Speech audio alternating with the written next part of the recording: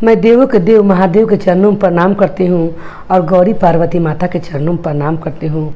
कार्तिक गणेश दोनों भैया के चरणों में प्रणाम करती हूँ। सभी देवी दुर्गा के चरणों में प्रणाम करती हूँ और जितने गुरु भाई बहन लोग उनको भी मैं प्रणाम करती हूँ और महादेव से ही दया मांगती हूँ कि हे महादेव सब पर दया कीजिए, पल पल दया कीजिए हे महादेव। और जितना गुरु भाई बहन लोग काम रुका हुआ है और मेरा भी काम रुका हुआ है हे महादेव, सब काम इस सावन के महीना में पूरा कर दीजिए हे महादेव। आज मैं एक दो बहन का कथा सुनाने वाली हूँ। महादेव का कथा है दो बहन का। एक गांव में दो बहन रहती थी।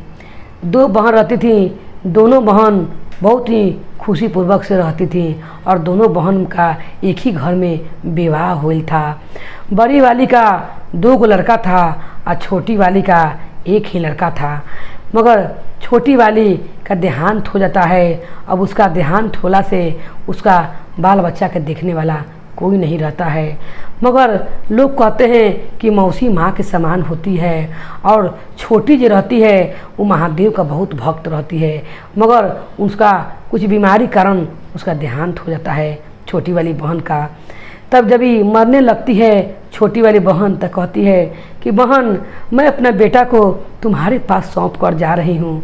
अपने बेटा की तरह मेरा बेटा का ध्यान रखना और कभी भी मेरा बेटा में भेदभाव नहीं करना, क्योंकि एक का माँ तुम ही हो, मौसी माँ ही की दाखिल होती है। उस समय तो बड़ी बहन सकार लेती है और वो बोल कर दम तोड़ देती है और वो भगवान को प्यारा हो जाती है। और तब उसके बाद जब वो मर जाती हैं उनका सब संस्कार अंतिम हो जाता है। अब इनका बेटा रोने हर घर के कोना में बैठ के रोते चलता है। उस समय ये समझाती हैं जो बड़ी लड़ाती हैं कि क्यों रोते हो, मैं तुम्हारी माँ जैसी हूँ और एक ही घर में ना हूँ, दूसरा जगह मैं थोड़ी हूँ। मैं तुमको टाइम पर खाना दूँगी, तुमको स्नान कराऊँगी, स्कूल भेजूँगी, हर बात का तुम्हारा ध्यान रखूँगी। मगर ये जो मौसी रहती है ये बहुत ही जरा सा दूसरे सोच स्वभाव के हो जाती हैं। अभी रोज़ क्या करें कि अपना बेटा को लिए अच्छा अच्छा पकवान बनाएं और अच्छा अच्छा खाना खिलाएं। मगर जो बहन मर गई थी उनका बेटा कोई बहुत थोड़ा थोड़ा खाना दे और उसको कह दे कि बाबू हड़िया में कुछ नहीं है, जब भी आओ मांगे तो कह के ख़त्म हो गया है बेटा, अब नहीं है, इतना है ये था। ये भगवान पार्वती माता देख रही थी और महादेव से कहती हैं कि हे महादेव, एक भक्त ने आपको पास आ गई मगर उसका पुत्र को कितना दुख हो रहा है। आप देखिए ये कितना कटौती करती है, अपना बेटा के लिए इतना दिलवर है, इस सब चीज़ अपना पुत्र को भर भर पेट खिलाती है, मगर बहन बेटा के लिए ये कैसे गई कि घर में होकर उसको वचन दी थी कि आप मर जाओगे, आपको गैला के बाद भी हम आपका पुत्र का ध्यान रखेंगे। मगर ये हमेशा कटौती करने लगती है। उसी समय उसका पति क्या करता है बड़ी वाली बहन का कि एक खूब बढ़िया जग रखता है और कहता है कि आज घर में तुम 5 गो आदमी को बुलाकर भोजन करवा दो। तो ये क्या सोचती है बड़ी वाली जो रहती है बड़ी वाली जो रहती हैं बहन, सोचती है कि काहे के लिए मैं बड़ा बड़ा आदमी को बुलवा के भोजन करवाने जाऊंगी, मेरा सारा सामान ख़त्म हो जाएगा। क्यों ना 2 गो मैं अपना बेटा को, एगो छोटी के जो बेटा है उसका 3 गो और 2 गो बाहर से मैं लड़का खोज लेता हूँ, उसी को भोजन करवा दूँगा। मैं सियाना को बुला कर लड़का को भोजन नहीं करवाऊँगा, क्योंकि बड़े बड़े आएंगे तो ढेर ढेर खाना खा के जाएंगे। इतना ही कंजूस थी, अपना बेटा के लिए ठीक थी मगर दूसरे खाना खिलाने के लिए बहुत सोचती थी। फिर क्या हुआ कि पार्वती माता कहती हैं गणपत से कि गणपत आज इसका जितना दिन दुख दी है भोजन के लिए उनका बेटा को, छोटी वाली को, तुम आज जाओ और इसका सारा घर के खाना तुम आज खा जाओ, तब इसको बुझाएगा कि रोज़ रोज़ पेट काटती है, इसको तभी बुझाएगा। उसी समय गणेश भगवान छोटा बालक का रूप लेके आते हैं और महादेव भी कहते हैं कि हाँ जाओ गणेश, तुम जाओ आज मेरा भक्त के घर जाओ। वो क्या करते हैं गणेश भगवान के छोटा बालक के रूप लेके आते हैं, अपना संग संग कार्तिक को भी ले आते हैं, क्योंकि 2 गो लड़का घट रहा था, 2 गो इनका बेटा हो गया था, वो छोटी बहन का 2 गो आओ खोज रही थी छोटा कि जो थोड़ा थोड़ा सा खाए वो पूरी खीर खाए। छोटा गणेश भगवान बन के बैठ जाते हैं और जब खोजने लगती है तब कहते हैं कि मैं बड़ी भूखा हूँ, मुझे ले चलिए। कहती हाँ हाँ चलिए चलिए। आप लोग सोचती है कि छोटा है तो कम में न खाएगा लोग। और दोनों कार्तिक गणेश भैया को बुलाकर घर पर ले आती हैं। जब घर पर ले आती हैं इनकी बड़ी बहन तब क्या कहती है कि अपना बेटा को 2 गो पूरी 2 गो खीर आ उनका लड़का के 1 गो पूरी और खीर आ कार्तिक गणेश को भी 1 गो पूरी और खीर देती है खाने के लिए। जब देती हैं तो गणेश भगवान जब कार्तिक तो कुछ नहीं बोलते हैं, खा के उड़ जाते हैं, वो ये बछड़ते हैं।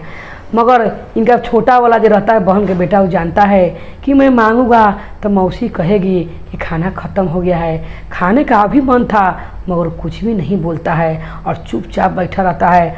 उसी समय गणेश भगवान कहते हैं, जब बालक बन के आए थे, ये खाना बहुत स्वादिष्ट है, थोड़ा सा और मिलेगा।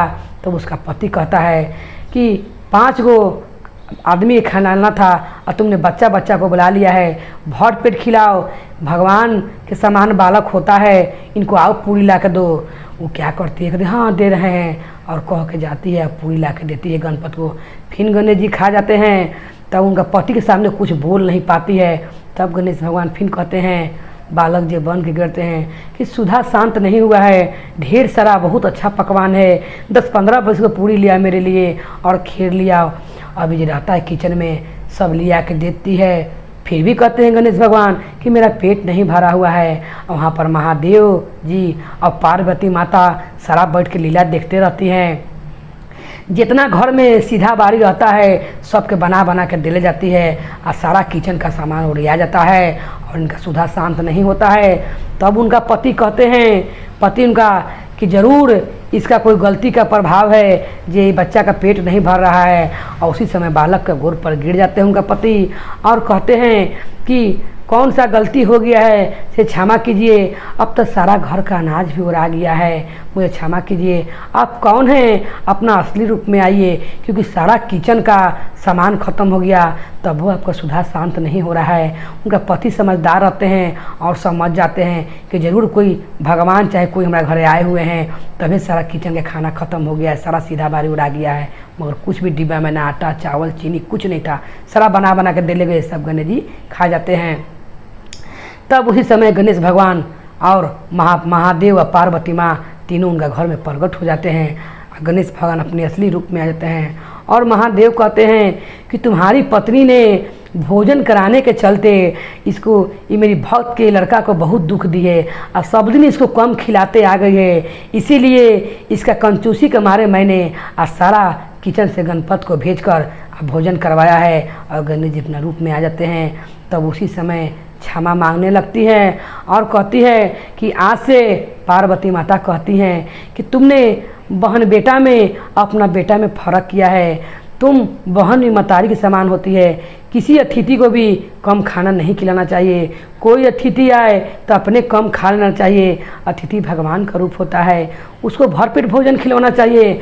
मगर तुमने अपना घर में ही अपना बहन बेटा का ही हक मारा है और सब दिन उसे कम खाने के लिए दिया है, इसीलिए तुम्हारा सारा किचन का सामान ख़त्म हो गया है। कि वो गणेश जी थे और गणेश जी आए हैं। तो उसी समय क्षमा मांगती है और पार्वती माता के चरण पर गिर जाती हैं और कहती कि हे माता, गणेश का सुधा शांत कीजिए, मैं आज से कभी भी ऐसा भेदभाव नहीं करूंगी, सब दिन मैं बहन बेटा को जो अपना बेटा को खिलाऊंगी वही सब दिन अपना बेटा को भी खिलाऊंगी।